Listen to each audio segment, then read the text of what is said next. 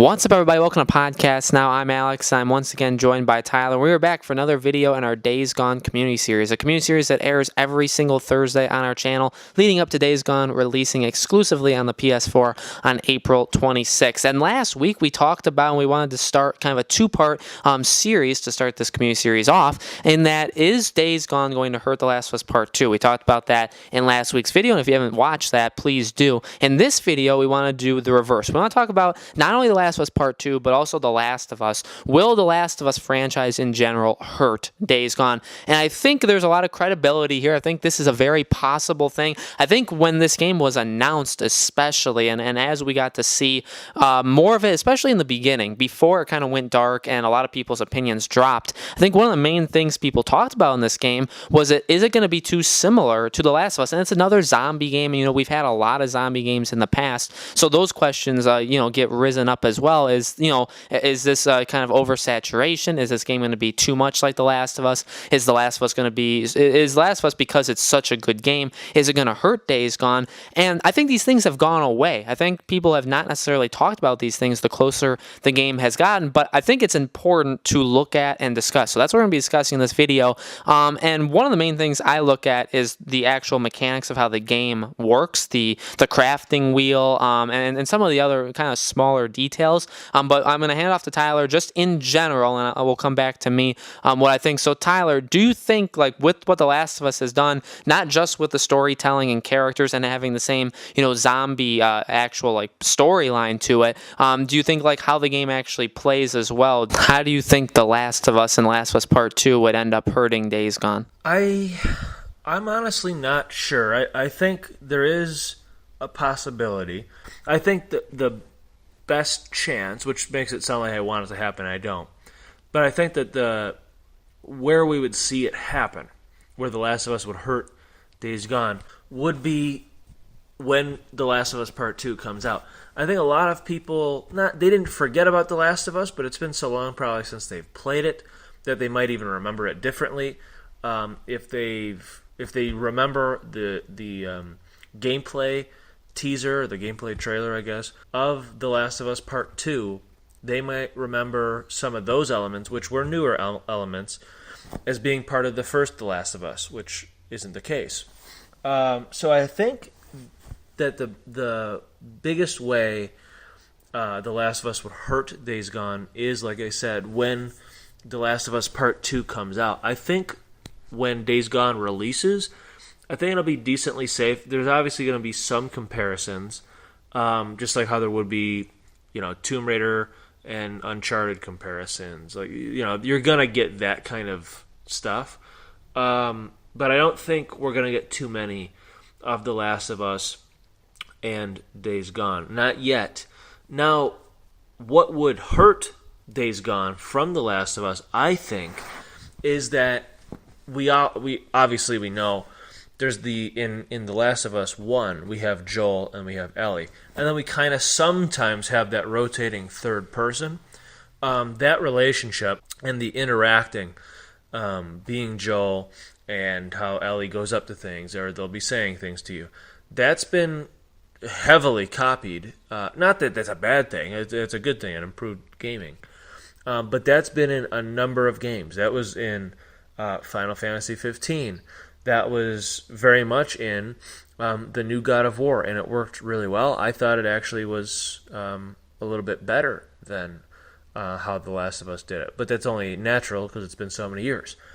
And the reason I'm saying that is I know in Days Gone that we are going to have like a ally, some kind of friend of some kind. But he's not always there, or she. So far, I think they've only shown... Well, actually, at the story trailer, they did show a female, so I wouldn't be surprised if she's one of them. But the majority of the gameplay is just Deacon. So he's kind of like this lone wolf, which isn't necessarily a bad thing, but I think what will happen is people, when you're playing a game, even if you think about it, if you play the new Spider-Man... and sometimes he does a phone call to that cop, or he gets a phone call from Mary Jane, or whatever. Those kind of interactions to make sure that you kind of still feel like this is a person and he knows people and he does know how to socialize. Like those kind of things like keeps you tied to the world. And if I'm playing Days Gone and it happens to be a segment which I think is going to be 60% of the game is going to just be us alone playing. That's my guesstimation. I'm pretty sure I'm right on that. I highly doubt. I think the only time we'll have an ally is when it's tied to story. And sometimes like, okay, well, we got to go here. And then you can. Now, if you veer off, they'll follow you, but they'll keep being like, hey, I think we should get to camp. Just like kind of Red Dead does that kind of stuff. You can only go so much into free roaming with an ally.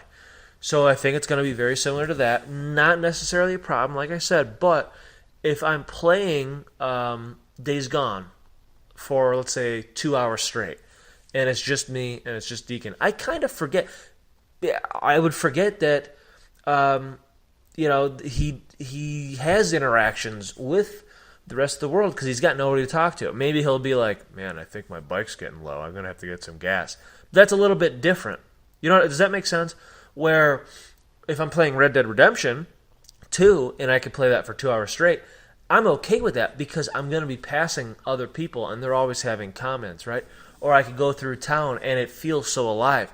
We're in a post-apocalypse. It's 2 years after the apocalypse in Days Gone. We're not going to be able to ride into town and hear all these stories. It's just not going to be that way because every corner you turn, you might have a horde that you just woke up. So it's going to be very different, and I think that will be the biggest thing that a lot of people, maybe even myself, are, where they're like, you know what, I kind of wish that we had a companion. Just not necessarily to help me. Like, if you're going to throw a brick, that's all I need you to do. Don't do the whole Ellie thing and, like, go hide in front of a desk and the enemy doesn't see you. Like, I don't want that. I just feel like it's just too bad. Like, cell phones don't work. I don't know. It's tough, and I get that it's tough because I'm sure that they talked about it. Like, well, how would this really work? Because it would affect gameplay a little bit. Because naturally, if there's a big horde and they're gonna kill you, if they get on that guy, and this kind of stuff's happened in The Last of Us, where a bunch of zombies and they're attacking Tess and she never dies, it kind of ruins it. You know what I mean? It kind of takes you out of it. So you can't really have a companion. So I guess what I'm saying is that whole companion element is, I think, what will be missed, and I think is one of the only things that The Last of Us will have, other than the story, but we're not really talking about that because that's almost obvious. I think that's one of the elements, though, that The Last of Us will have and will always have that Days Gone never really can have, and might be its biggest, complaint, I would say. That's really all I can think of. Not a huge one, but it could be. It depends on you. It depends on the player. Yeah, no, I agree. I think the element of being kind of isolated and alone is, in a way, one of the main pillars of this game, but it can also work against you if just because it's one of the things that makes this game unique doesn't necessarily mean it's going to be like the greatest feature about your game. That feature could be could backfire on you, and we could be playing the game and we could see it from review scores, we could see it from people talking about it. They could maybe say like, I felt like a little too alone, like I wish I would have had an AI to kind of be with me throughout this thing. And like Tyler said, I think there will be, and maybe some side missions you may meet up with some person here and there. Like you're going to see some people, but it's mainly just going to be you alone with Deacon. So you better get used to him, and that could end up backfiring. When I look at it, and yeah, I agree with Tyler when he said like with the story element, I don't really want to talk about the story idea because it's unfair to talk about two games that are definitely trying different things and are set up very, very differently. When it comes to that, you just kind of have to separate them and say, well, one's going to try something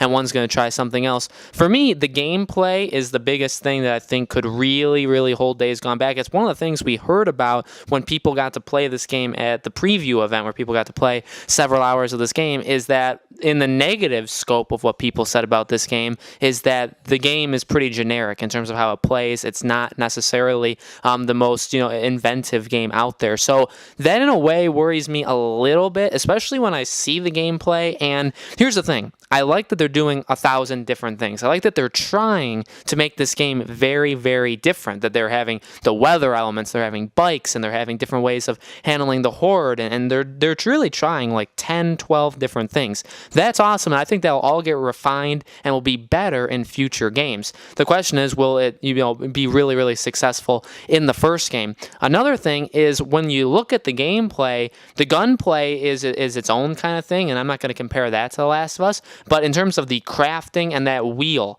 some of that stuff, it literally looks like it's ripped out directly from The Last of Us, especially like how when time slows down when you go to it.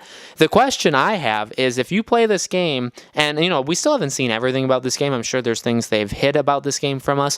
When we play this game, if we find anything in this game that's similar to The Last of Us, if it's too similar and it does it, say, as good as the first Last of Us or worse, I look at that as a major, major negative, because firstly, you're copying the mechanics of a game that at this point is 6 years old. And secondly, if the mechanics aren't even as good as that game, then it's like, well, what are you doing? It's hard. And, I'm not necessarily going to hold that against the game, especially because the game is trying so many different things. But I want them to kind of be their own unique game. And like Tyler was saying, with the AI thing, it could be a negative. It could hold them back. At the same time, it is what makes Days Gone a different game from The Last of Us. So in that way, I guess I actually, wouldn't hold it that much against them, because I want them to be a little bit different. But especially with the gameplay, I think it's one of the things that most people are probably a little worried about with this game. I want it to be unique. I want it to be its own. And we'll just have to see if it ends up doing that. I mean, The Last of Us